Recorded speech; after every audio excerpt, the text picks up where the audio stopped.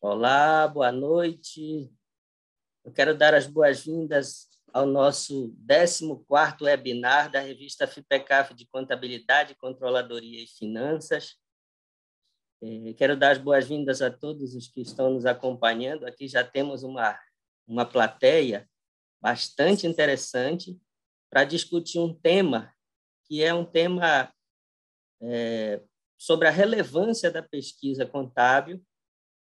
Então, eu fico feliz aqui de estar recebendo esse público sobre esse tema, um tema que a revista FIPECAF busca estimular uma produção de pesquisa, mas uma produção de pesquisa que seja relevante para os negócios, para as organizações, que tenha impacto na sociedade, que tenha utilidade e relevância para os praticantes da área.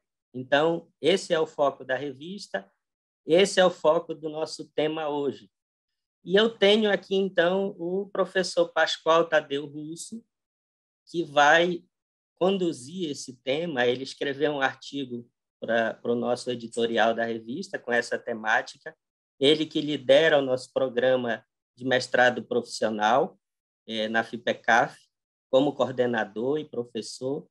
Ele tem formação acadêmica em nível de mestrado e doutorado pela Universidade de São Paulo, esse último, e ele também tem muita experiência como consultor de empresas, décadas atuando na realidade das organizações. Então, nós não poderíamos ter uma pessoa mais qualificada para conduzir esse tema aqui, que, como eu disse, é um tema que a revista busca estimular a produção de artigos tecnológicos, relatos de casos, que possam ser aí lidos e possam contribuir com as organizações. Então, o nosso roteiro ele vai envolver uma fala inicial do professor Pascoal, introduzindo o assunto. Depois, ele vai abrir para um diálogo aqui, para perguntas, para considerações do nosso público. E eu quero também avisar que esse vídeo está sendo gravado e ele fica disponível no nosso canal do YouTube da Faculdade FIPECAF, então depois também poderá ser consultado. Eu vou também, na sequência, colocar um link no chat para que o pessoal registre a presença, principalmente aqueles que têm interesse na emissão de certificado. Tá? Então, na condição de editor da revista, professor Pascoal, eu te agradeço por ter aceito o convite de estar aqui conosco, por ter escrito o artigo lá para a revista e por todo o apoio e a colaboração aí com esse empreendimento aí que já conta com milhares de leitores e que a gente quer ampliar ainda mais. Então, bem-vindo, professor Pascoal, a palavra é tua. Muito obrigado, professor Manuel. É uma honra, é um privilégio participar desse evento promovido pela nossa revista tão querida da Faculdade FIPECAF, né? E é muito bom poder conversar com as pessoas, trocar informações, compartilhar percepções, né? Então, nessa noite que estamos conversando, eu gostaria de, antes de mais nada, também saudar todos os participantes, né, que estão aqui conosco e estão interessados em conversar, ouvir um pouco, falar a respeito dessa temática que a gente se propõe, que é a relevância da pesquisa contábil.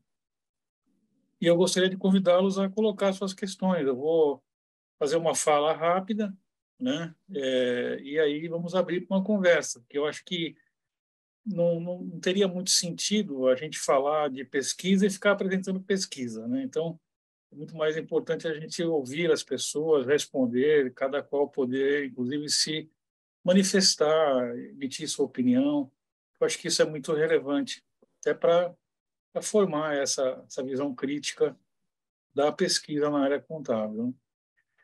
Como o professor Manuel disse, né, eu atuo desde 95 como consultor na área de gestão, na área de orçamento, controladoria, custos. Foram quase uma centena de empresas. E desde 2000 eu também leciono, né? Minha formação original é de engenharia mecânica. Depois eu fiz no curso de finanças, no MBA. Fiz tanto o mestrado como o doutorado em ciências contábeis e, por fim, eu me graduei em ciências contábeis pela nossa faculdade, porque realmente não dá para a gente viver tantos anos na área de contabilidade e não ter uma graduação em contabilidade, né? Então, também sou contador. Mas a conversa nossa, né, ela está relacionada com a relevância da pesquisa contábil. Então, apesar da minha idade, né, já tenho mais de 60 anos, eu sou um pesquisador até que relativamente novo. Comecei a pesquisar em 2008, academicamente falando, né? Então, são 14 anos aí de pesquisa.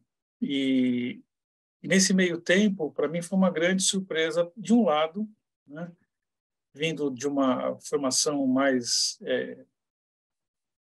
racional, mais de exatas, né, enxergando a contabilidade como algo que só era possível fechar números, tinha que bater o ativo com o passivo, os centavos, aquela coisa toda. A hora que eu ingressei no mestrado, eu me deparei com assim uma dimensão de uma amplitude enorme, que eu não tinha noção que era possível no tema da contabilidade. A professora Eleonor, que era então professora na área de teoria da contabilidade, fantástica professora, ela me abriu assim os olhos para uma dimensão da contabilidade que eu jamais poderia pensar, indo desde a contabilidade como uma somatória de contratos, relação de pessoas, posicionamentos sociológicos, e isso me encantou muito. E a partir daí, então, realmente comecei a ler com bastante intensidade e me apaixonei realmente pela pesquisa. E me ajudou bastante na minha atividade como consultor. Eu posso dizer que os aspectos metodológicos que eu passei a incorporar no meu dia a dia de consultor só se tornaram possíveis por conta da pesquisa acadêmica. Então, eu diria, a pesquisa acadêmica tem utilidade, não resta dúvida. Ela também nos ajuda muito no sentido de que ela nos oferece posicionamentos críticos, né, a respeito das questões que estão sendo investigadas, estudadas. Um dado interessante é que, como engenheiro, eu fiz muito ensaio em laboratório. E quando se faz um ensaio no laboratório, você consegue isolar o fenômeno que você está olhando, que você está vendo, né?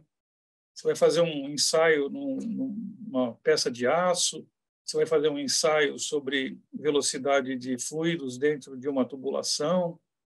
Você consegue isolar, é muito o nível de acurácia que você consegue num teste, num experimento, é muito alto.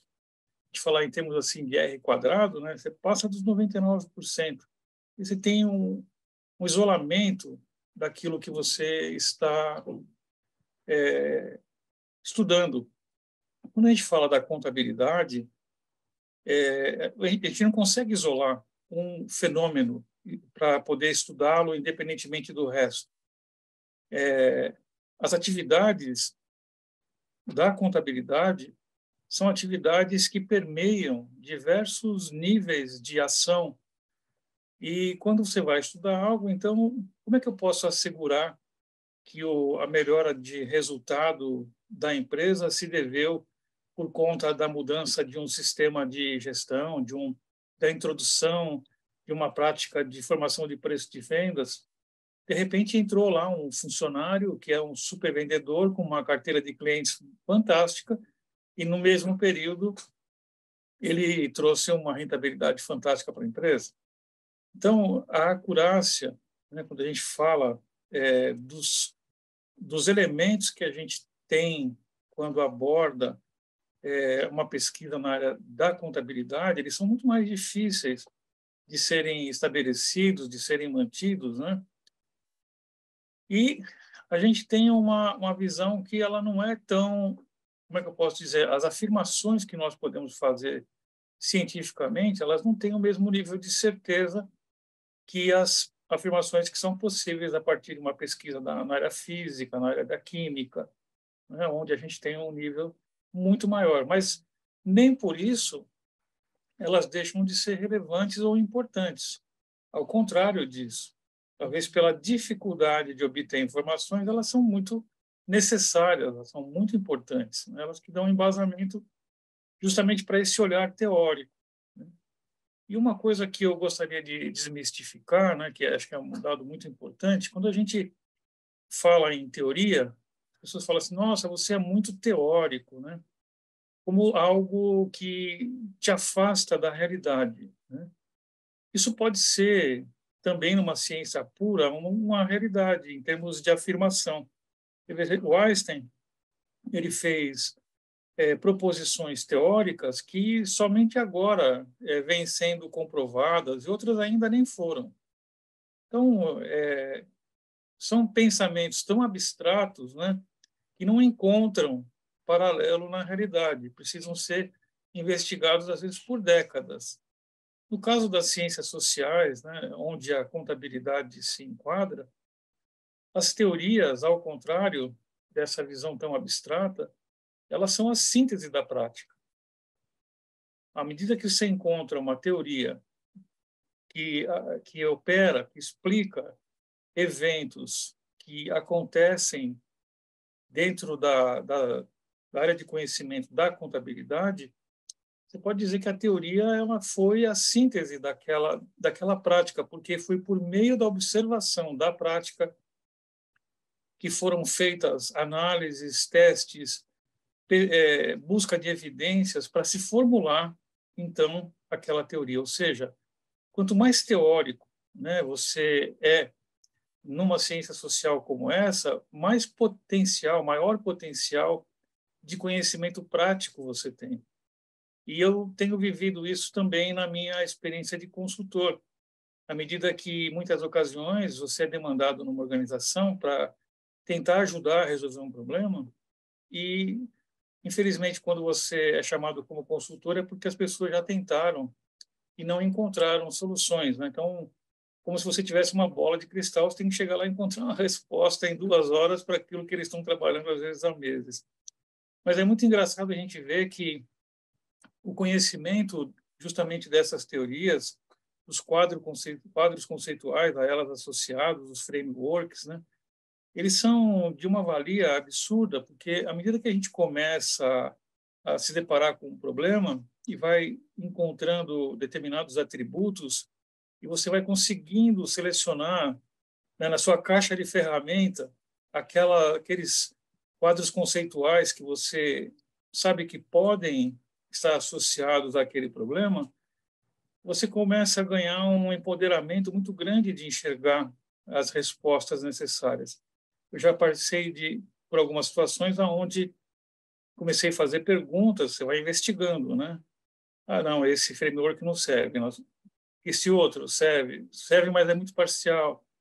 E, de repente, você começa a fazer perguntas e percebe uma aderência muito grande daquele contexto a um determinado framework que te ajuda a explicar aquilo com uma profundidade, com uma facilidade que aquele pessoal não tinha conseguido até então perceber, né? Então, eu diria, na minha visão, na minha vida pessoal, profissional, minha vida como pesquisador, né, tenho também a felicidade de fazer parte do quadro de professores do mestrado profissional da FPCAF e atualmente ser o coordenador, né? Mas estou coordenador, mas sou professor e sou pesquisador. E estar nesse programa é algo muito interessante porque os nossos alunos, eles são executivos de empresa. Nós temos diretores, gerentes, CFOs, analistas sêniores, pessoas maduras nas suas atividades, né, que trazem problemas concretos das organizações para que a gente resolva. E as dissertações deles são justamente abordagens fundamentadas teoricamente, suportadas metodologicamente, para resolver um problema da prática de uma forma diferenciada, né? Então, é esse o olhar, né, que eu tenho buscado utilizar na minha pesquisa, e tenho assim, a satisfação de ver resultados muito positivos. De outro lado, a gente percebe também na academia, e aí não estou querendo dizer que eu faço boa pesquisa e os outros não fazem boa pesquisa, não é isso, não. Porque, como disse, né, eu sou um pesquisador iniciante e ainda numa fase muito preliminar de ter uma produção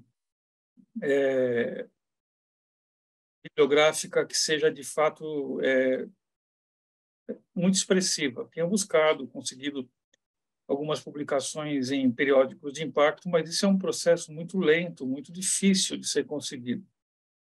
Mas a gente vê muita publicação que é extremamente bem valorizada e muito bem feita, diga-se de passagem, com um embasamento teórico muito grande, mas desconectada da realidade das empresas. E não que isso não seja importante, é importante na dimensão do avanço, né, de dar o passo da última milha, aquela coisa, vamos ultrapassar, né, aquilo que se sabe, aquilo que se tem, mas existe uma lacuna muito grande de necessidades, né, e que eu não vejo sendo, de fato, respondida pela academia. Então, muito da pesquisa que se faz na academia se faz para a própria academia. Isso, de um lado, se justifica porque o nosso órgão regulador, a CAPES, durante alguns longos períodos, né, mais do que uma década, intensificou o foco dos programas de mestrado, doutorado na publicação. Quer dizer, os indicadores mais relevantes eram aqueles baseados na publicação. Então, acaba existindo, né, uma demanda por publicação para você qualificar o programa em que você se encontra. E muitas vezes essa pesquisa ela acaba não tendo um apelo efetivamente na prática, né? Se pesquisa sobre pesquisa, e isso às vezes afasta a visão da prática. É nesse sentido que no editorial que eu tive o privilégio de escrever na revista da Faculdade FPCAF, eu falei a respeito da minha percepção sobre a medicina enquanto ciência e também é prática, como é o caso da contabilidade, que é ciência, mas também é prática. E é impensável, né, na medicina que se faça uma pesquisa que não tenha saído de uma demanda, de uma necessidade de um tratamento, de uma doença, de algum medicamento, né? E de onde vem isso? Vem da atividade prática do médico, ou no laboratório, mas em contato, né, com os aspectos da saúde, da doença, dos problemas. E a gente vê que na abordagem, muitas universidades, né, elas impedem que os profissionais, os professores, atuem nas empresas. Querem exclusividade do professor no programa. O programa ele acaba falando com outros contadores somente, ele não tem acesso à prática. E aí a pesquisa, na minha visão, perde, de fato, relevância, porque, mesmo que ela seja mais profunda, ela não está respondendo às perguntas das pessoas que precisam de resposta, né? Quando a gente fala de técnicas novas na contabilidade gerencial, que é a área que eu atuo, você fala do Balance Scorecard, que nasceu em 1990. Poxa vida, já é um trintão, não é verdade? Mesma coisa o custeio por atividade, 89. Então, a gente não tem inovações. Então, são poucos os pesquisadores que se dispõem a fazer esse tipo de abordagem, né? E nem sempre são tão bem vistos dentro da própria academia. Às vezes são tidos como consultores. Eu, como venho da consultoria e continuo sendo um consultor, eu digo que eu tento ser um cientista, né? Eu me esforço para isso e tenho lutado, né? Mas com certeza é difícil. Enfim, eu levantei aqui algumas questões e fico à disposição. Vocês podem ligar seus microfones, todos vocês estão com acesso. Se quiserem ligar câmeras, enfim, eu convido para uma conversa, né? Estou vendo aqui no chat algumas pessoas que foram alunos aqui, a Bia. Que bom, Bia, que você está aí também. Quem mais está aqui? Estou vendo. Bom, estamos com várias pessoas. Enfim, é um prazer estar com vocês e coloquem aí as questões, abram os microfones. À medida que vocês quiserem falar, eu vou dando a palavra para vocês. Tem lá embaixo as reações, né? E levantem a mãozinha, a gente vai colocando na sequência, enfim. Muito bom. Então, como o professor Pascoal falou aí, agora vem aquele momento que a gente gosta muito, que é o momento do engajamento, da interação. E eu vi que o Nelson Bueno aqui abriu a câmera, né? Então, convido aí o pessoal também aí a depois a gente aproximar mais aqui com o pessoal. Então, Nelson, obrigado por estar aqui conosco. Qualquer coisa aí, quiser perguntar ou trazer alguma fala aí para nós, é bem-vindo. Inclusive, quem quiser discordar, né? Porque eu acho que essas coisas são muito ricas. Verdade, colocar uma outra visão, né, professor? Sim. Legal, sem dúvida. O ambiente acadêmico, nesse sentido, ele é muito interessante, porque ele permite o contraditório, as discussões das ideias, né? Um espaço bom para isso. Professor Pascoal, eu vou fazer uma pergunta aqui para você. Eu vi aqui já no chat, né? Deixa eu ver aqui, o Newton da Face, Newton Face, desculpa, Newton Face. Newton, bem-vindo, né? Então, boa noite a todos, ótima proposta para conversar, sei que são possíveis várias perspectivas de análise e resposta.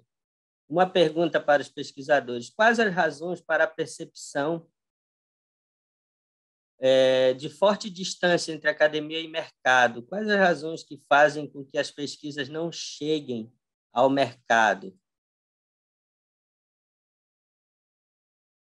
Eu diria assim, uma das questões que a gente sabe, né, que dificultam isso é a forma como elas são escritas.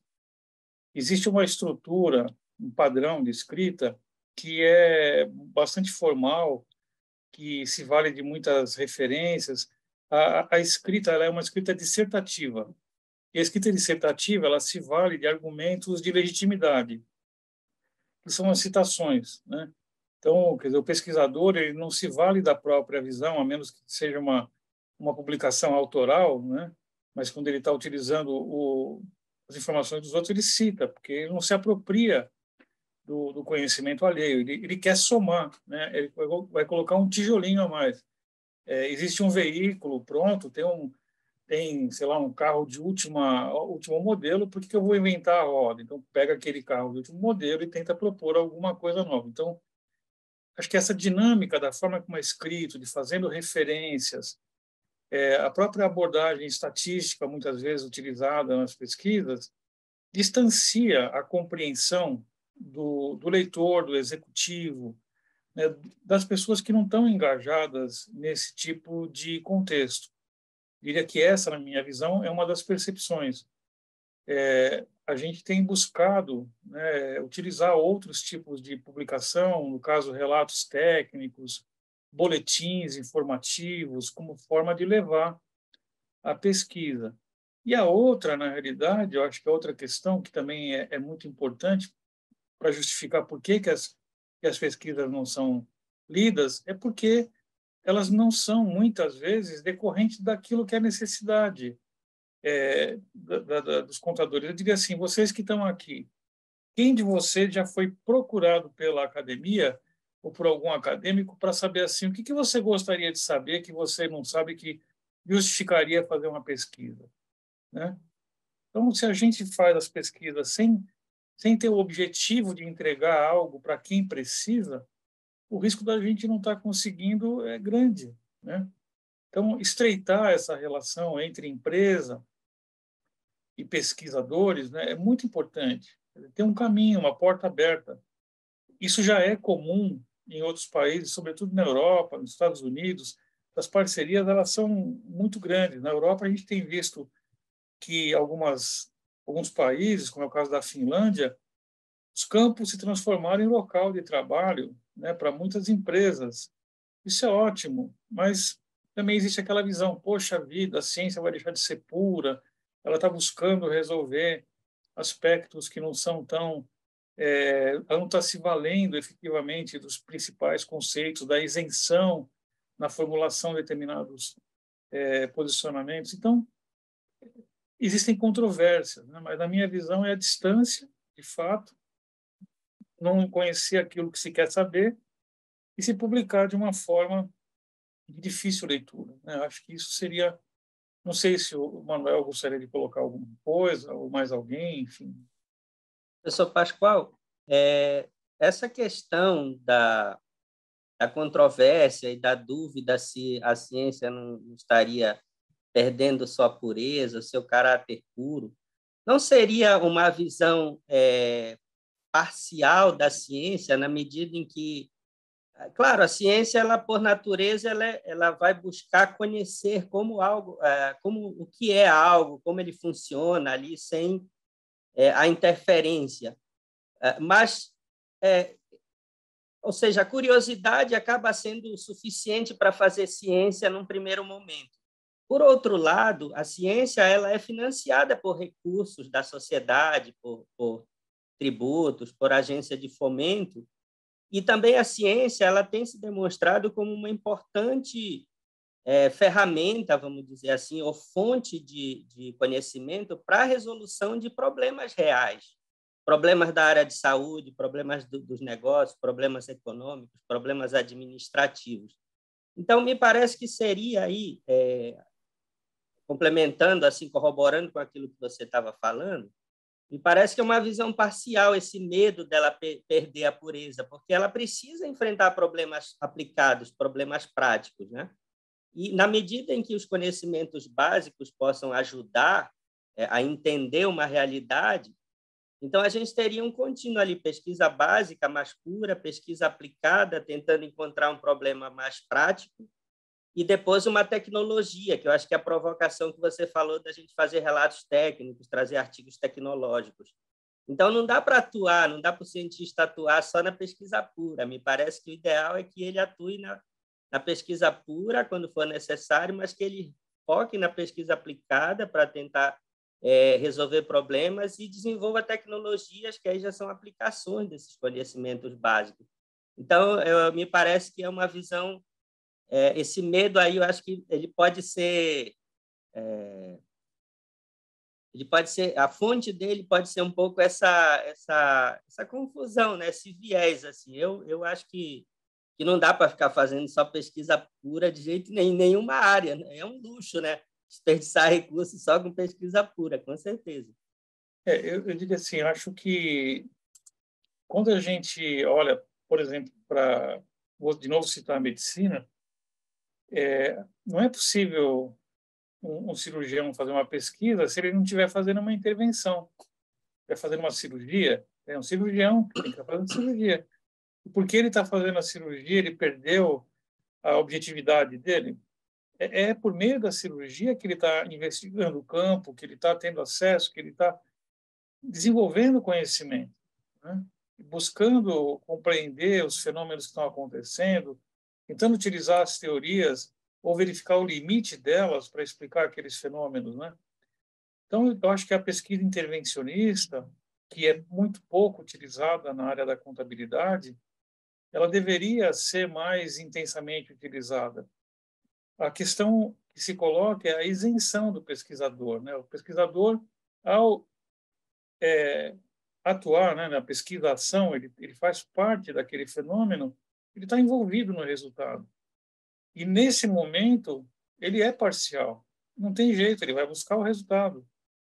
Mas por que ele vai buscar o resultado, então não vale? Quer dizer, se o médico está tentando curar a pessoa, não pode, tem que tentar... O que ele vai fazer? Vai cortar a pessoa só para ficar olhando? Então, a pessoa está intervindo na organização buscando a melhoria e vai observar o que está acontecendo. Então, essas dinâmicas, né, que são a de aproximação e distanciamento, alguns pesquisadores chamam de zoom in, outros zoom out, né, ou seja, você vai... É o EPIC contra o EMIC, que você está entrando no contexto e sai para fazer a reflexão, que precisa ser documentada com clareza. E é uma pessoa que está fazendo isso, né? Ou um grupo de pessoas. Existe viés, sempre. Sempre existe viés. O professor Gilberto Martins falava que isso, você foi orientado dele no doutorado, não foi? Ele Sim, falava que sim. cada pesquisador tem um imprinting, quer dizer, tem uma forma de enxergar a realidade e faz parte da nossa identidade. Que Faz bom que parte somos assim. faz parte dos obstáculos epistemológicos, como diz o Bachelard, né, Pascal? Mas eu diria que de outro lado, eles dão, na realidade, uma dimensão de perspectiva que ela só é oportuna por conta disso, né? Sim. Então, Pascoal, é interessante você falar dessa questão da pesquisa intervencionista e da pesquisação.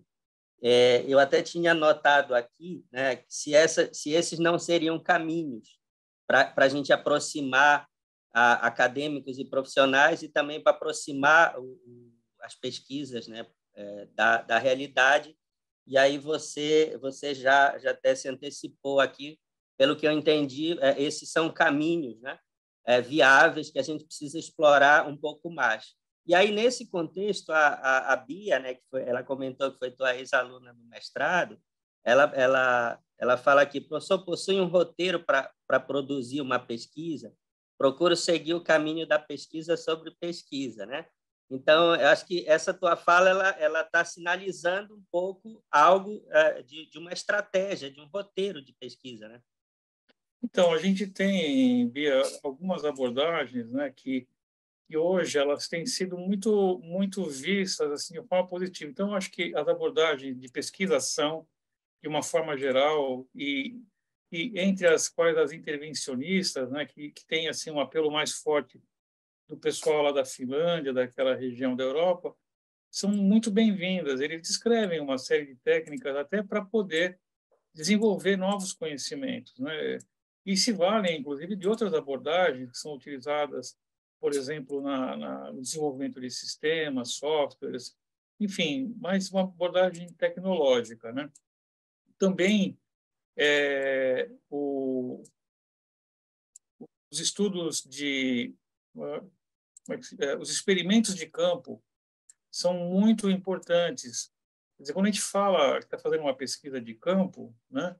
É, o que dá para a gente poder afirmar que aquilo que está acontecendo tem maior ou menor capacidade de afirmação do ponto de vista estatístico, científico, metodológico, é como você consegue controlar as variáveis, né? E uma abordagem que tem sido utilizada é a pesquisa, o experimento de campo, que é diferente do experimento em laboratório. Você, na realidade, e ele é muito particular, porque ele é possível numa organização, num determinado momento, né? Mas é interessante observar, você vai começar a implantar, por exemplo, um software numa empresa grande, que você tem dois departamentos que são relativamente parecidos, você vai desenvolver procedimentos num e não vai desenvolver no outro, vai testar, ou seja, você vai controlar algumas variáveis para poder avaliar se os benefícios que estão sendo de fato esperados eles acontecem ou não. Então existem várias formas, né? O que eu acho que a gente precisa mais importante, Bia, do que a gente encontrar um caminho é a gente iniciar esse processo de pesquisar, sabe? E colocar realmente as caras e ir atrás e produzir. Não tem jeito, é uma competência que a gente vai experimentando, que a gente vai desenvolvendo, que a gente vai acertando, errando. Com certeza, as coisas que eu errei na minha dissertação de mestrado, eu errei coisas diferentes, graças a Deus, na de doutorado, mas errei várias, né? O professor Oyadomari falava para mim assim, pensa que você vai sair bam aqui do karatê? Não, você vai sair faixa preta. Mas não esqueça que tem até o 10º dan depois do faixa preta. Então, você é um faixa preta júnior, né? Não acaba nunca, né, Pascoal? Nunca. Então, é um processo de aprendizado. Encorajo você, Bia, a caminhar nesse sentido. Pascoal, O pessoal tem algumas perguntas aqui no chat, aí eu vou avançando aqui. Tá bom. O Nelson Bueno, ele escreve: Professor Pascoal, parabéns pela explanação. Por gentileza, quais temas da área de contabilidade e de finanças que acredita sejam os principais atualmente? Ele diz muito obrigado. Olha, eu diria assim, a relevância, né, ela é muito particular. Relevância é uma percepção de importância que cada qual dá, né? E às vezes uma coisa simples é extremamente relevante para uma pessoa que ela não teve acesso àquela informação. Então eu diria que todo conhecimento, na minha percepção, ele é relevante. O que eu posso assim colocar é que atualmente eu tenho observado, né, que pesquisas que não lidam exclusivamente com fenômenos econômicos têm sido demandadas. Quando a gente começa a olhar aspectos de sustentabilidade e a gente não olha a sustentabilidade só sobre a ótica do ESG, mas a gente olha a sustentabilidade de uma forma mais ampla, né, e começa a enxergar aspectos que estão relacionados até ao esgotamento da capacidade do planeta em termos de suprir necessidades.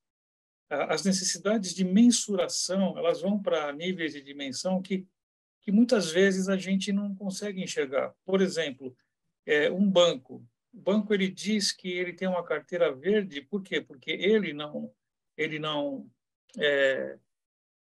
como é que eu posso dizer, ele não emite carbono, mas para quem que ele empresta dinheiro dentro da cadeia de crédito dele?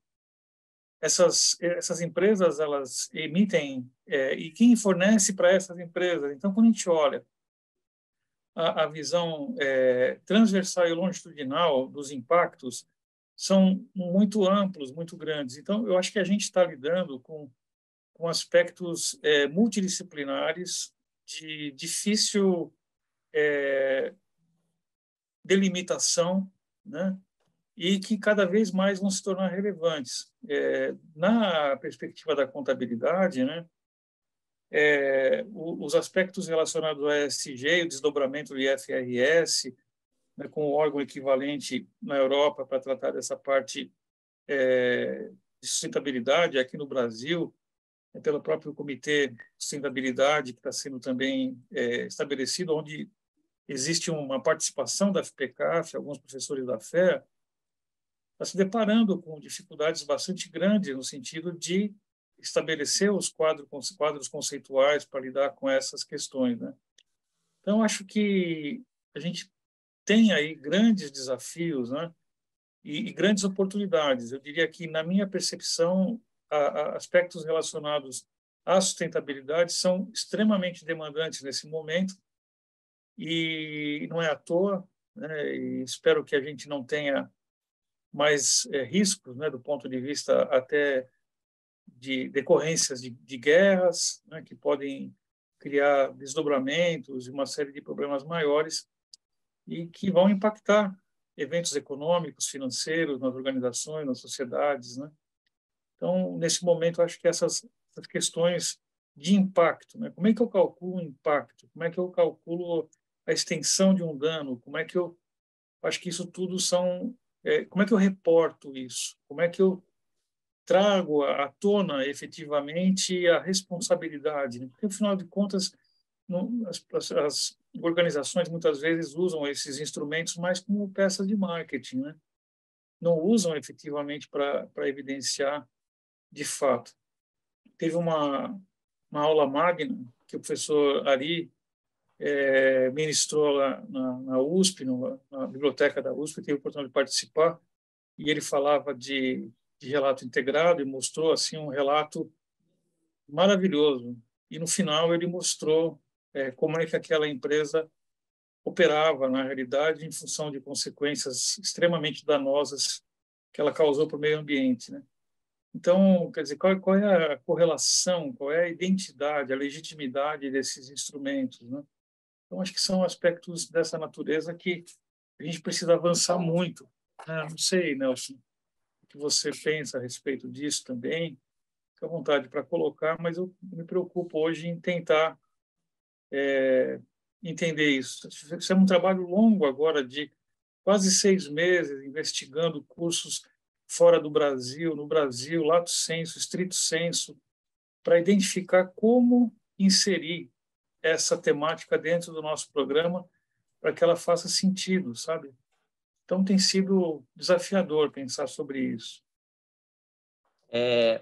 Pascoal, o Newton Fassi, ele pergunta duas coisas aqui. Produzir pesquisas acadêmicas pode ser entendido como repetição do que aconteceu na Itália, teoria por teoria? A outra, somente quando os Estados Unidos da América promoveram mudanças na ciência contábil, visão do usuário principalmente, é que o mercado passou a conhecer e se preocupar, além de até intervir nas construções de teorias e até normas contábeis? Olha, eu diria assim, a gente sempre corre o risco, Newton, de produzir teoria por teoria, porque a gente se vale dos trabalhos anteriores. E isso é muito perigoso, porque você começa a citar um, cita o outro te cita, e acaba, às vezes, fica um círculo vicioso e não virtuoso, que deveria ser o principal objetivo, né? Eu diria que existiram algumas ações em diversos lugares do mundo, buscando trazer à tona a relevância contábil. Eu acho que a Universidade de São Paulo ela tem um posicionamento muito interessante com relação a isso. Já vista o envolvimento da FIPECAF, que mantida e dirigida pelo Conselho de Professores da USP, e ela participa de todos esses órgãos que são relevantes para a prática contábil, né? Então, a história da FPCAF é marcada por nomes que tiveram à frente de buscar trazer relevância para a contabilidade. Quando a gente olha na área de contabilidade gerencial, por exemplo, o professor Catelli, desde os idos dos anos 70, 80, desenvolveu notavelmente assim abordagens muito inteligentes e únicas, né, na área da contabilidade gerencial.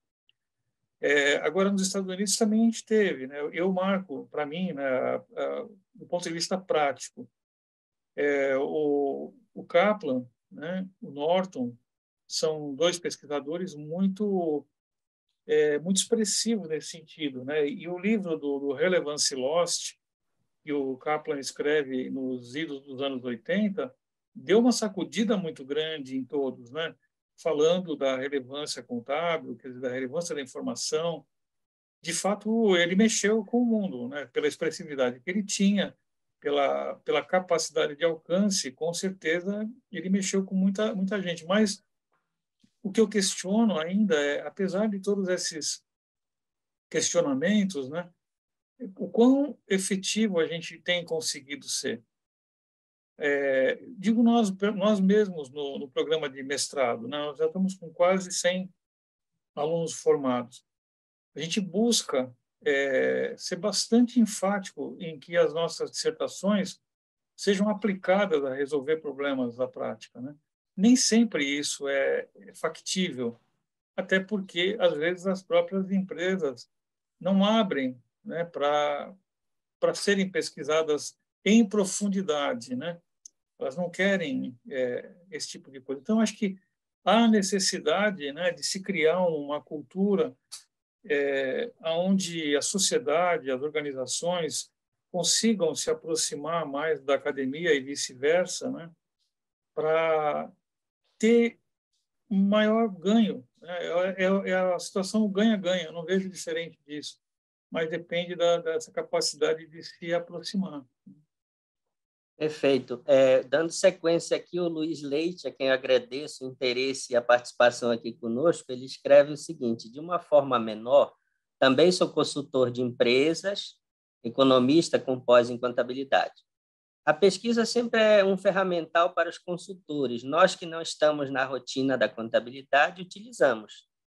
Mas seria interessante a área de pesquisa se alinhar com o dia a dia dos contadores, exemplificando, consolidar ou criticar os pronunciamentos contábeis?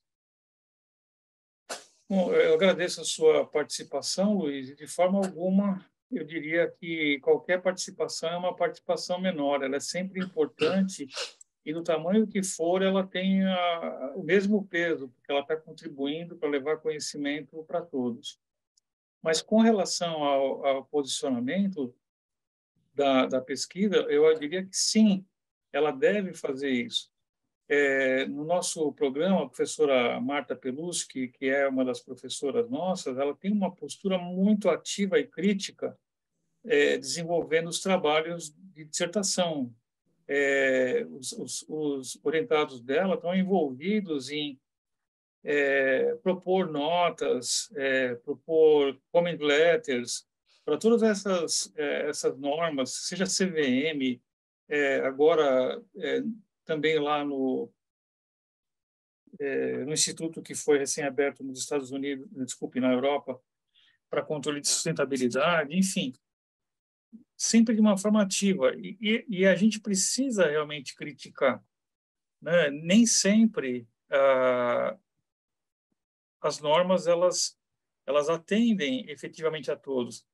E um dado interessante que eu queria trazer, Luiz Leite, é que quando você pega, por exemplo, uma determinada norma do IFRS que saiu e você avalia lá toda a documentação que foi gerada, e é um trabalho bastante grande, né, do ponto de vista de buscar fazer o melhor, efetivamente, por esses órgãos, não tenho a menor dúvida disso.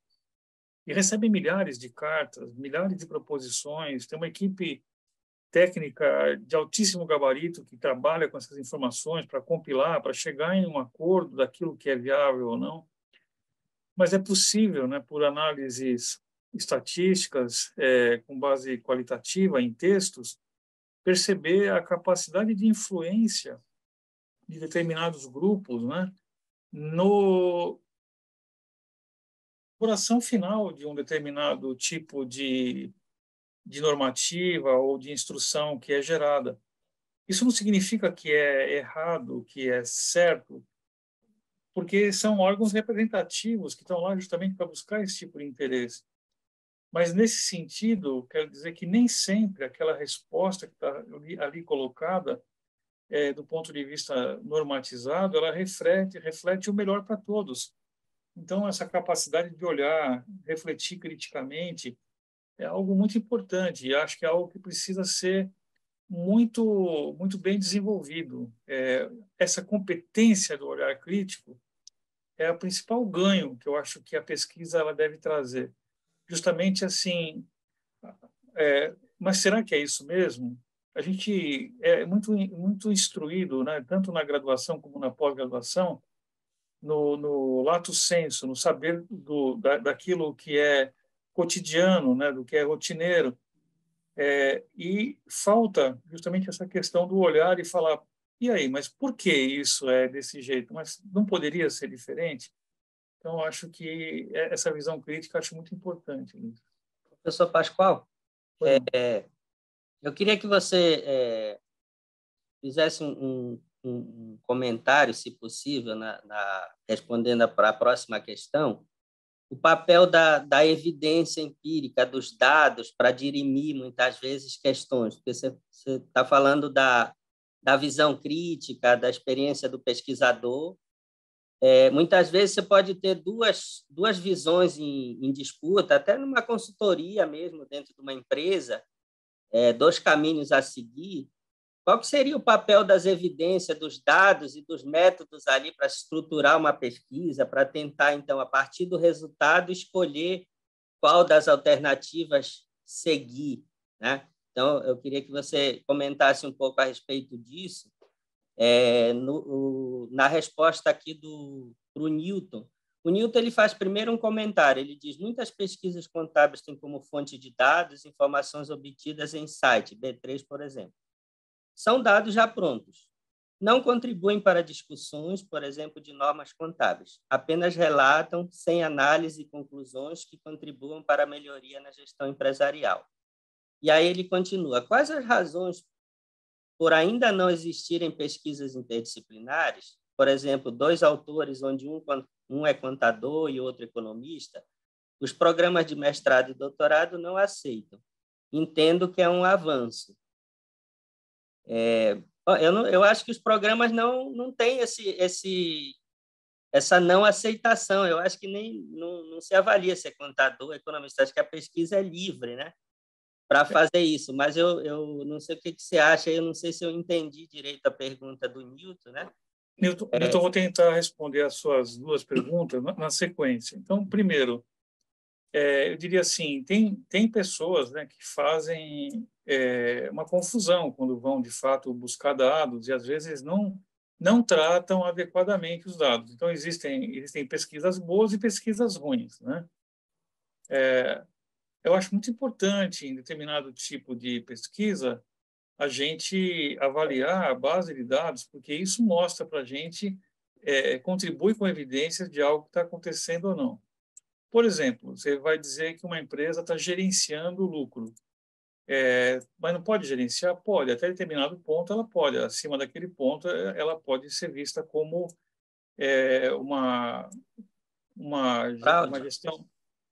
gestão agressiva, né? E que vai ser vista até como uma falha, enfim, pode ser enquadrada até cabível de multa. Existem estudos que foram feitos e que têm, por exemplo, determinadas equações que, quando você testa, por exemplo, as provisões, e você consegue analisar a partir de séries temporais como é que aquelas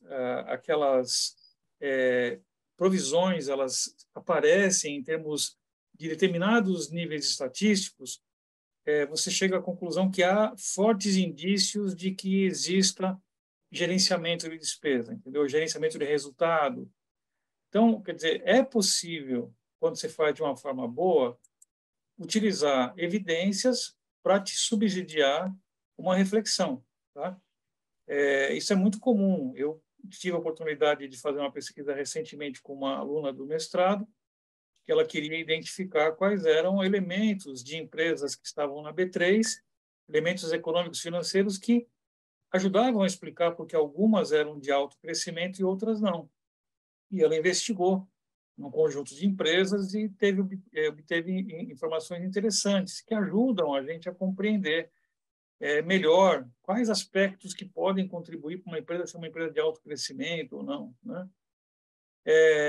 Aí se pergunta quais são as razões de não existirem pesquisas interdisciplinares. Elas existem em menor quantidade, porque justamente elas são interdisciplinares e exigem, né, uma amplitude maior de conhecimento dos pesquisadores ou um número maior de pesquisadores. E envolve também, às vezes, mais tempo para realizar a pesquisa, e isso também envolve recursos financeiros, né?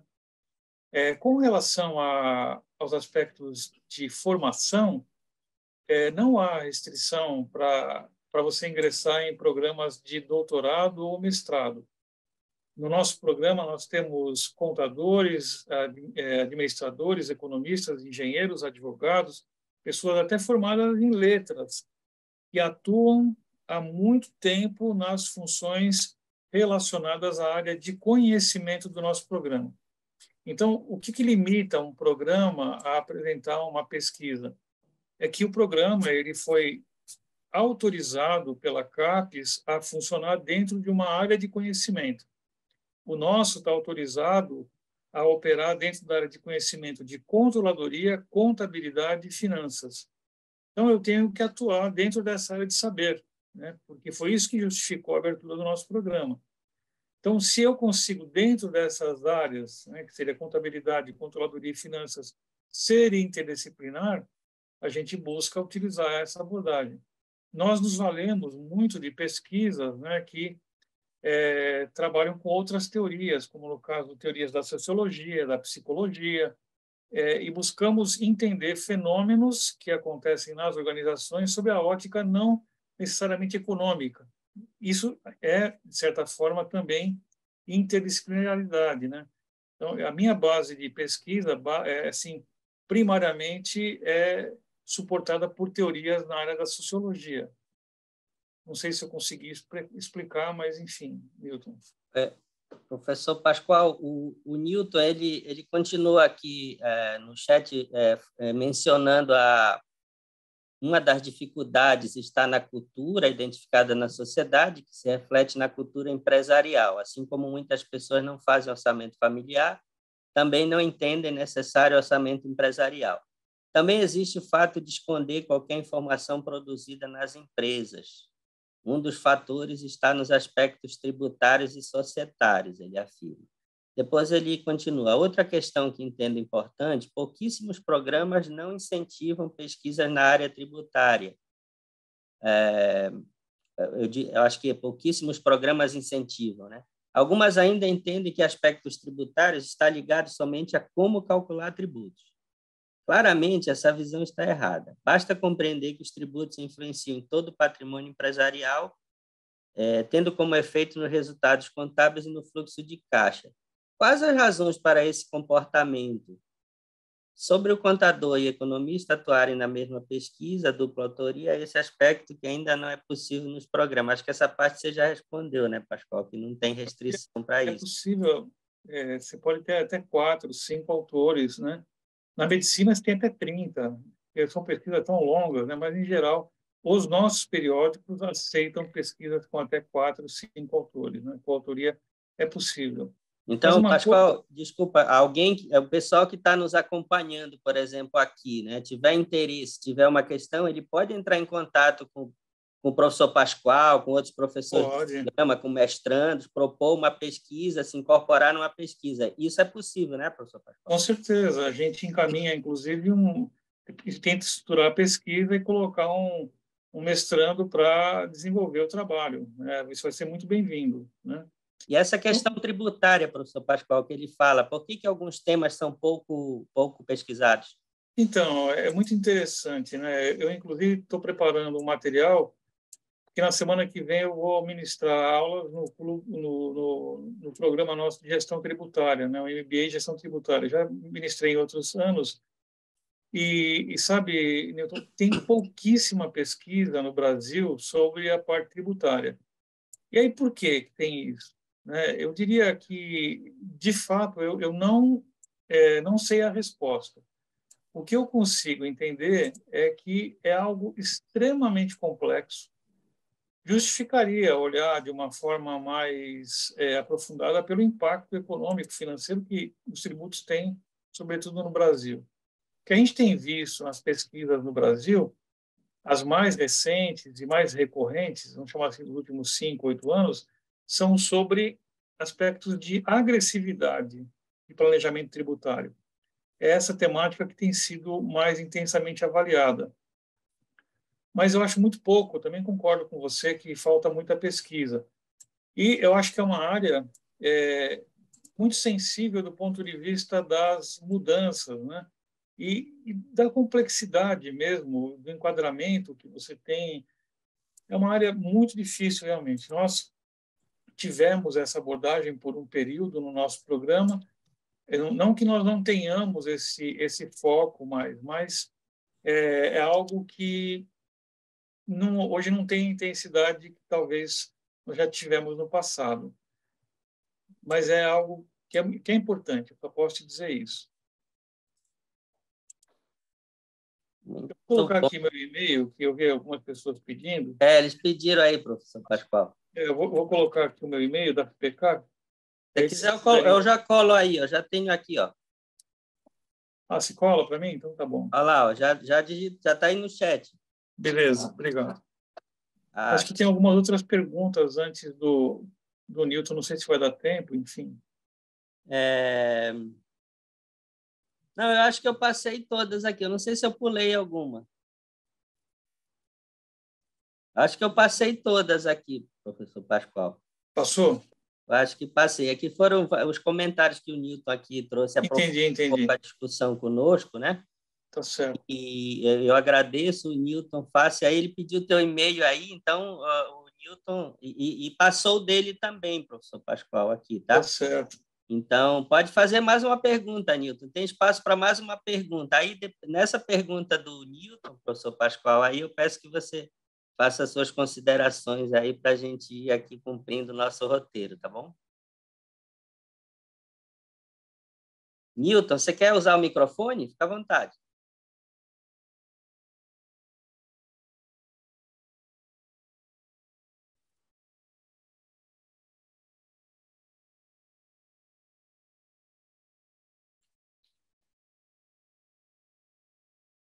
Estava aguardando aqui a pergunta do Newton. Professor Pascoal, o que você diria aí para quem está aí atuando nas empresas, está com problema que mereça ser investigado, o que você diria para essa pessoa, para ele entrar em contato com você, com o programa?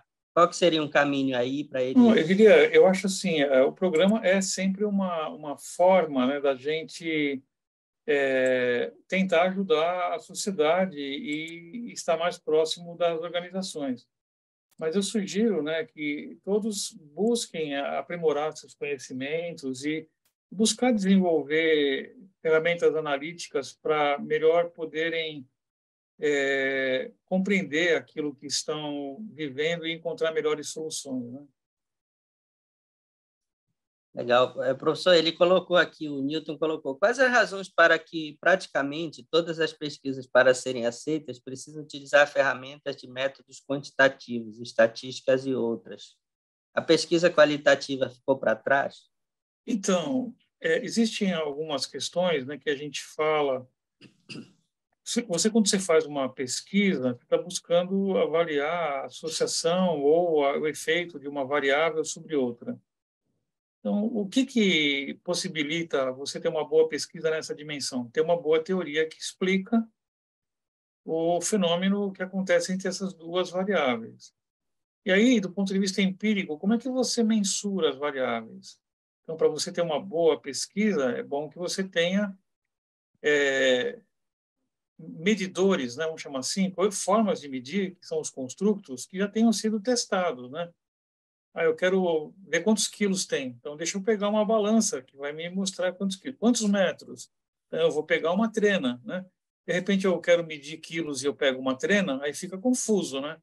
Então, usar boas formas de medir, boas medidas. Então, essa é uma segunda questão que é importante para fazer uma boa pesquisa. E a terceira, você vai inferir a relação das medidas de uma variável sobre a outra. E aí, quando você faz esse tipo de abordagem, com certeza, se você usou boas medidas, as técnicas estatísticas, elas te dão uma robustez de percepção do efeito de uma variável sobre a outra que é muito forte. Então, quando você busca fazer uma afirmação, sobretudo buscando generalizar, é muito importante que você tenha elementos que te possibilitam fazer isso. Então, nesse sentido, as técnicas estatísticas elas oferecem uma robustez muito interessante para as pesquisas. De outro lado, as pesquisas qualitativas elas acabaram perdendo espaço, não resta dúvida, mas elas não são menos importantes. A gente já vê hoje periódicos, inclusive internacionais, que se abrem a esse tipo de situação e nacionais. Eu tive a oportunidade recentemente de publicar no periódico da Universidade Federal da Bahia uma pesquisa puramente qualitativa, de uma observação de 4 anos. Só que você tem que ter critérios, tem que ter método. Da mesma forma que na estrutura de uma pesquisa muito do ponto de vista quantitativo, você tem que ter mais até cuidados para fazer uma qualitativa. E é possível você também fazer afirmações não tão robustas como as estatisticamente apresentadas. Então, são diferenças, né? Mas eu acho que cada caso ele tem uma importância diferente e pode ser utilizado para questões diferentes. Tem coisas que você quer pesquisar que não dá para ser quantitativo, tem que ser qualitativo. E o contrário também é verdade, né? Então, são formas diferentes de você avaliar as informações que você obteve no campo. E elas precisam ser usadas, né? Cada qual para a sua hora. O interessante, né, professor Pascoal, que está na sua fala, né, é que a pesquisa seja sistemática. Se ela usa métodos qualitativos ou quantitativos, ela tem uma organização, uma lógica, uma racionalidade, uma sistemática. E então isso que é importante, né? Como você falou, depende do problema. Não vem primeiro o método, né? Primeiro vem o problema. Então tem problemas que podem ser resolvidos quantitativamente, aí se usa os métodos disponíveis, tem problemas que podem ser melhor analisados qualitativamente, né? Então, é importante colocar primeiro o objeto, né, a questão em si, para depois ver qual que seria o método mais adequado para abordar. Então, ele colocou aqui, veja, eu sou um pesquisador de pesquisa qualitativa, em essência. Eu faço quantitativa, mas, em essência, eu sou um pesquisador de pesquisa qualitativa. Mas eu não posso fechar os meus olhos e, porque eu sou pesquisador de pesquisa qualitativa, dizer que ela é a preferida dos periódicos. Não é. Justamente por causa da capacidade. Você faz um teste, deu R² de 80%. Nossa, para a nossa área é altíssimo, né? Então, você tem uma capacidade de afirmar muito grande. Aí eu pego um texto, pego documentos, pego entrevistas, articulo as palavras de um com o outro, não sei o quê, e chego a uma afirmação conceitualmente forte. Mas qual é o R²? Nem existe R², não tem forma nenhuma. Existe argumentação, né? Então, eu diria que são formas de enxergar a realidade, né? Algumas pessoas conseguem aceitar de uma forma mais positiva do que outras esse tipo de evidência, né?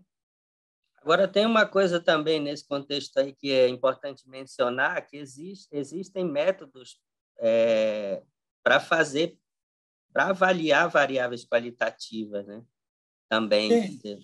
Eu uso um software que se formais, né? chama eu uso um software que se chama NVivo, Uhum. com bastante frequência, que é um software para análise qualitativa. Ele trabalha, inclusive, com imagens, sons. Mas, novamente, né, você vai fazer algumas inferências estatísticas, né? Mas a base é a argumentação. Sim, tem uma limitação maior, aquela ideia de métodos paramétricos para as quantitativas e não paramétricos para as qualitativas. Mas o que você está chamando a atenção é que os métodos eles têm uma aproximação, eles não são tão precisos. Mas esse é o desafio da pesquisa, né, professor Com Pascoal? certeza, com certeza. Se fosse fácil, qualquer um faria, não é verdade? Então, mas o que a gente quer é que cada vez mais as pessoas Aumente, façam, né, né? as pessoas que fazem, porque por isso a gente promove a formação, né, professor Pascoal? É verdade. Muito bom. Olha, a gente, como nos outros eventos também eu tenho comentado, a gente percebe que é preciso aprofundar, tem várias questões que precisam ser esclarecidas, e os bons eventos eles são aqueles que a gente fica ali já aguardando quando vai continuar a discussão, e aqui, obviamente, não é para esgotar a discussão, é para iniciar, para abrir um canal de diálogo, né? O professor Pascoal colocou o e-mail dele aí, nós temos todos os nossos contatos também no site da revista, no site da Escola FIPECAF, da Faculdade FIPECAF, né? Então, a gente vai ficar muito feliz de receber aí questões dos nossos leitores, não é mesmo, professor Pascoal? Então, deixa eu fazer uma você questão aqui. fizesse essas considerações. O Nelson colocou uma afirmação muito importante aqui. Uhum. A robustez da generalização, a aplicabilidade da pesquisa quantitativa tende a ser melhor. Por causa disso, né? Porque você consegue fazer uma generalização pela robustez maior, né? E agora, com a disponibilidade maior de dados, com Big Data, né, professor Pascoal, novas linhas abrem de possibilidade para fazer pesquisa também, não é mesmo? É verdade, é verdade. Professor Pascoal, eu queria suas considerações finais aí desse evento, da importância dele, da continuidade dele, e eu queria suas considerações finais aqui para a gente fechar com chave de ouro nosso conteúdo aqui. Quero reiterar meu agradecimento ao professor Manuel pela oportunidade tanto de escrever na revista, para a revista, né, fazer parte dessa contribuir com essa obra tão importante para a nossa faculdade e por estar aqui hoje conversando com vocês. Eu agradeço muito a participação de todos vocês, né, as perguntas que foram feitas, os questionamentos que foram levantados, né? Isso é muito rico para a gente evoluir no nosso aprendizado. Todo dia estamos aprendendo. E oportunidades como essa nos fazem aprender mais, né? E espero, de fato, né, que vocês, tendo possibilidade, façam contato conosco no mestrado, façam contato com o professor Manuel no periódico. A nossa intenção é de estar mais próximo, justamente para poder responder perguntas que sejam mais relevantes para vocês. Então, utilizem a nossa estrutura para que ela possa servi-los melhor. E, com certeza, nós também seremos melhores à medida que consigamos servi-los também, né? Mais uma vez, reitero os meus agradecimentos ao professor Manuel e a oportunidade de estar nesse evento de hoje. Perfeito, professor Pascoal. Eu não poderia falar melhor do que as suas palavras e eu também agradeço imensamente a sua colaboração e esse conteúdo gerado aqui. Eu coloquei o meu e-mail no chat aí também, como eu falei, temos nossos contatos. Reforço que esse vídeo está sendo gravado e vai ficar disponível no nosso chat, onde as pessoas também podem fazer o comentário. E quem ainda não se inscreveu na plataforma da revista, eu convido que faça a inscrição. Nós estamos, nesse momento, atualizando a plataforma da revista para uma nova versão que saiu, mas em poucas horas já poderá ser feita a inscrição lá para receber as notícias de novos webinars. Então, o pessoal aqui, o professor Pascoal está escrevendo aqui, não sei se está acompanhando o chat aí, agradecendo, né? A Bia Aparecido, a Maria Aparecida, Mosterno, Claudinei, o pessoal está manifestando aqui a gratidão e agradecendo. E nós é que agradecemos também o interesse, o tempo de todos aqui. Nós ficamos muito felizes, como o professor Pascoal falou, da presença aqui qualitativa e quantitativa, né? Muitas pessoas aqui ingressaram no chat. Foi um sucesso aqui o nosso evento e vamos programar, professor Pascoal, a continuidade aí para novos eventos dessa natureza, tá bom? Com certeza, vai ser um prazer. Estou à disposição, professor Manuel. Maravilha. Então, uma boa noite. Uma boa noite a todos. Muito obrigado. Obrigado, professor Pascoal, e até a próxima. Até mais.